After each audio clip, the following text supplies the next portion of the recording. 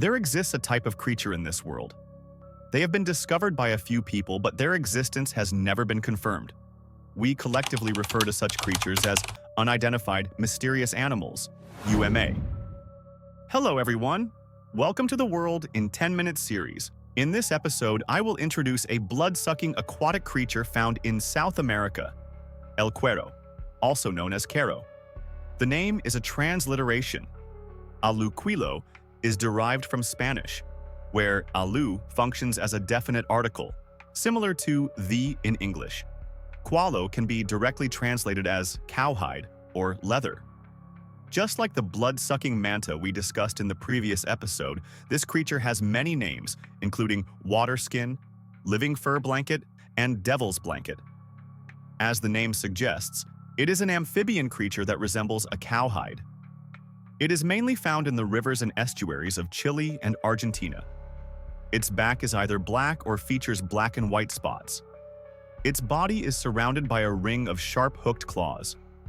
At the front, it has two long tentacles, each with an eye at the tip, similar to a snail. Its abdomen features a large suction cup-like mouth, and some descriptions state that its mouth can extend like a straw. These creatures wrap around their prey, dragging them into the water to suffocate them, and then use their suction cup to drain their blood until they are completely dry. The sharp claws around their body are used to secure themselves, preventing the prey from escaping.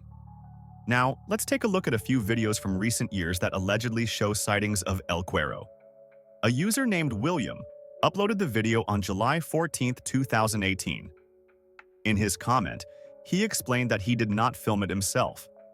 It was actually recorded by a friend in February 2016 at an estuary near Mulchen City in southern Chile. In the video, you can see an irregularly shaped object beneath the water's surface. There are also visible white bubbles around the area. Many viewers believe this video provides real evidence of El Cuero's existence. A user named Marchiochi uploaded this footage on October 26, 2018, stating that it was recorded on the afternoon of the 25th at Lolog Lake in western Argentina. Let's take a look at the video. Although some viewers believe this is evidence of Quero's existence, the video does not clearly show the creature's form. However, changes in the water's surface suggest that the object is quite large.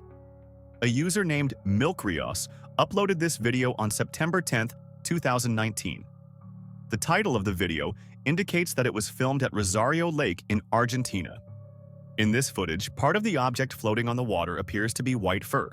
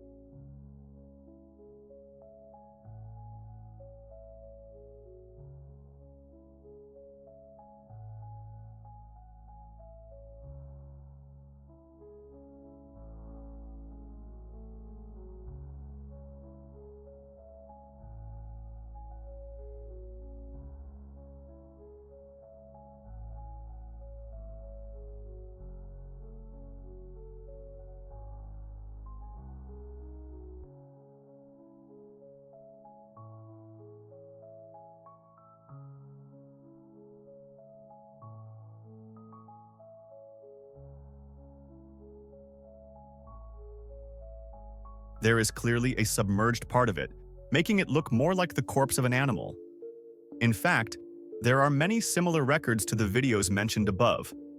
Most of them are either blurry or do not match the described appearance of Quero. I have not found any video materials that closely resemble the creature's described form. The earliest records of Quero originate from Mapuche mythology and were later incorporated into Chilean and Argentine mythology. The Mapuche people refer to this creature as Trilcu Wekufe, which directly translates to leather in the Mapudungun language. Speaking of the Mapuche people, they are an indigenous ethnic group living in South America. Before the Spanish arrived in the 16th century, the region had no written records of ancient myths or legends. Stories were passed down orally, leading to significant variations in descriptions between individuals and communities. Based on my research, here is a general summary of the legend of Quero. It is said that this creature originated from the resentful spirits of slaughtered animals. In the past, people would skin dead animals and casually discard their hides into rivers. Over time, these discarded skins merged together, giving birth to a terrifying and bloodthirsty creature. At night, this creature would surface to hypnotize and attack people bathing in the water or drinking from the riverbanks. It was even said to attack passing boats. Using its hooked claws, it would tightly grip its prey, drag them into the water to drown, and then suck their blood with its suction cup mouth. To kill this creature, the help of a Machi was required. The Machi were shamans in traditional Mapuche culture, typically women who possessed wisdom and healing powers, acting as doctors within their communities. They also wielded strong spiritual and supernatural abilities, and their opinions could influence major tribal decisions. According to legend, the Machi would lure Quero to the water's edge using magic, then throw a branch of a plant called caliphate at it. The caliphate is a thorny, perennial shrub native to Argentina, Chile, and Patagonia. Under the Machi's spell, Quero would mistake the branch for prey and attempt to wrap around it. However, the sharp thorns would pierce its body, causing it to bleed to death. Alternatively, if no Machi was available, people could also wrap animal stomachs or intestines around a local cactus called guacara and throw it into the water. Quero would fall for the trick again, wrapping around the cactus, only to be fatally impaled by its spines. According to cryptozoologist Austin Whittle, the earliest written mention of this creature dates back to the early 19th century. Juan Ignacio Molina, in his 1810 publication, The Natural History of Chile, was the first to document it. Molina was a Chilean Catholic priest, as well as a renowned naturalist, historian, geographer, botanist, and ornithologist. He was also a pioneer of evolutionary theory, with Darwin frequently citing his work in On the Origin of Species. In his writings, Molina described, "The Chilean people claim that in certain lakes, a massive fish or dragon has been discovered.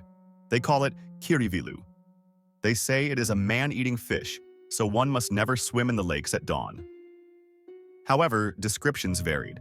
Some said it resembled a snake with a fox's head, while others claimed it looked like a stretched-out cowhide. If the latter were true, then it would indeed be a blanket monster. As we can see, Molina did not explicitly mention the name Quero, but only Kirivilu, which may have been due to the specific communities he interacted with.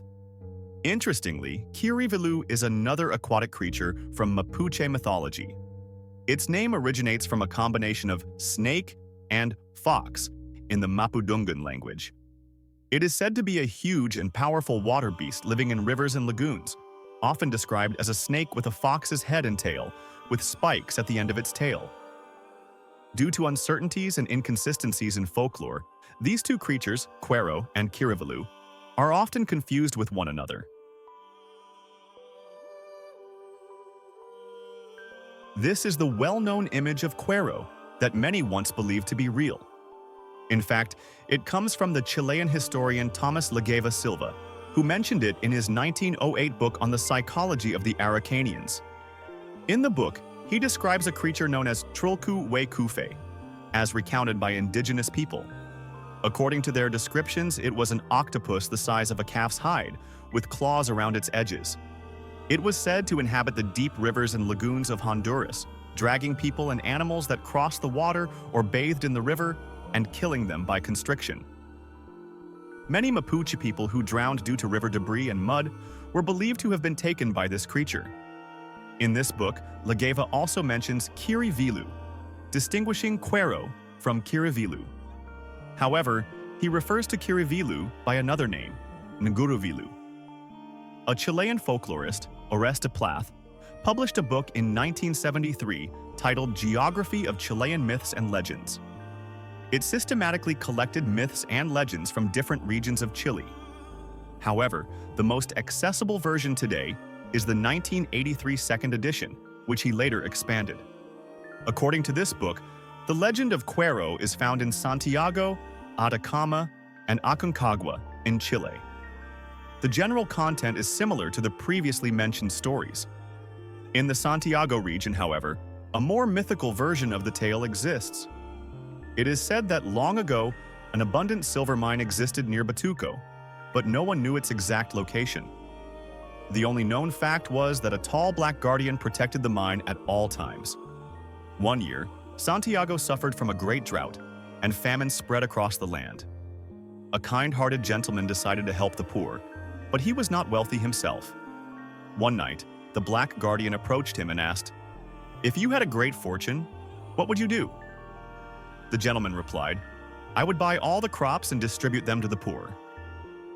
Believing his words, the guardian revealed the location of the silver mine, warning him to keep his promise or he would face death. However, the gentleman did not keep his word.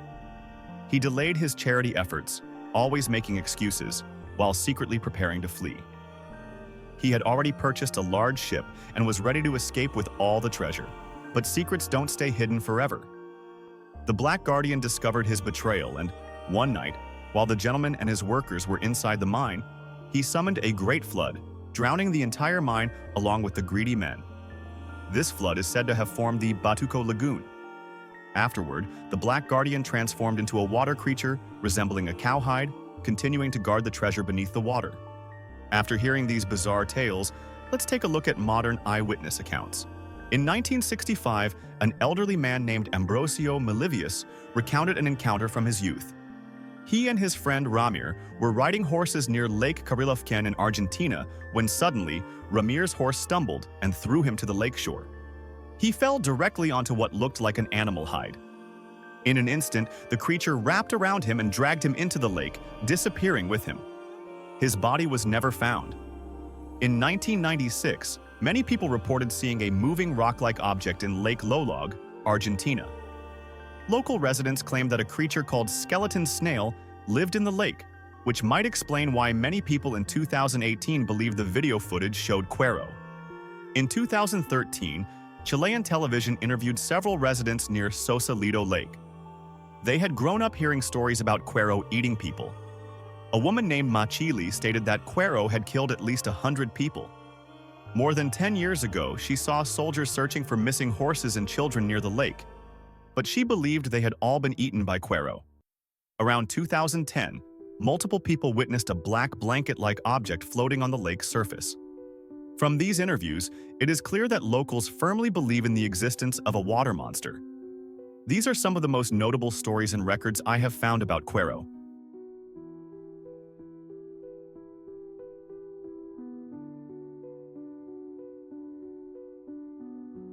In conclusion, it is clear that the legend of Cuero is highly mythical.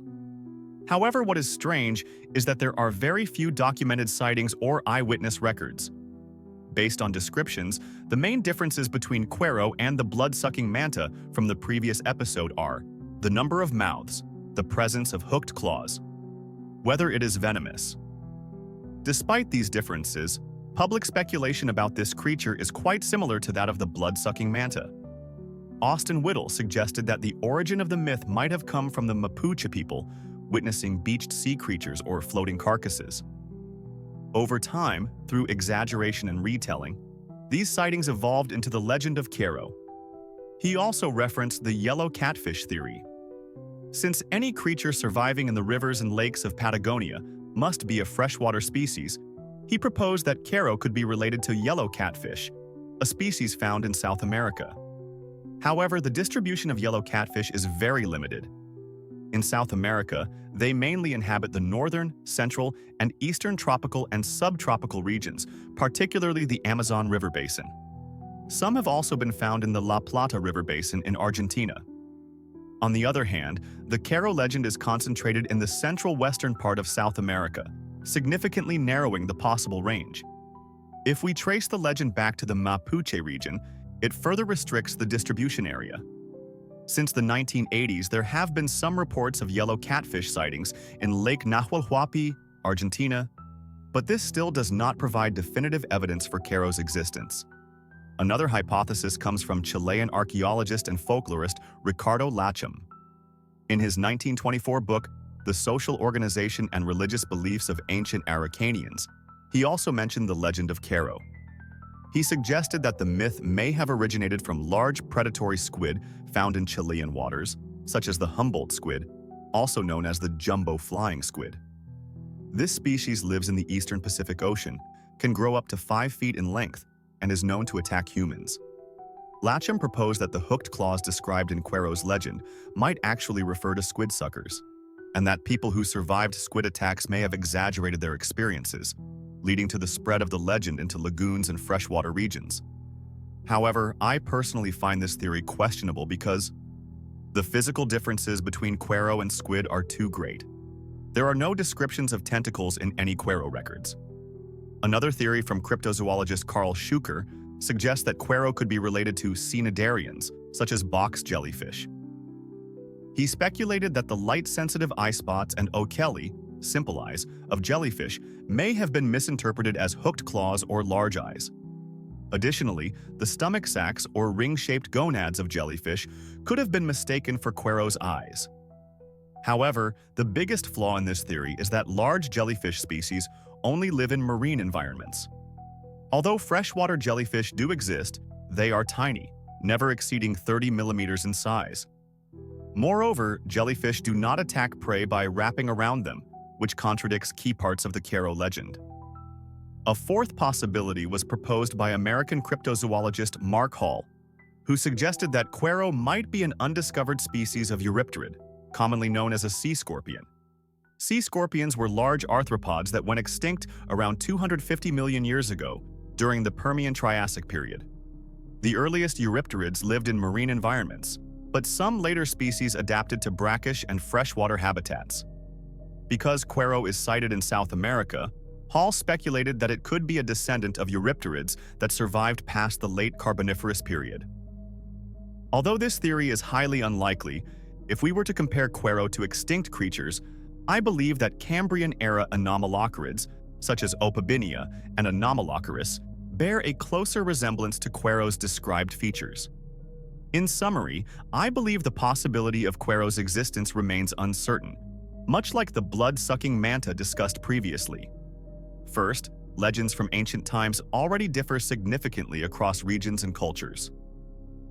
Second, modern sightings and videos lack decisive evidence.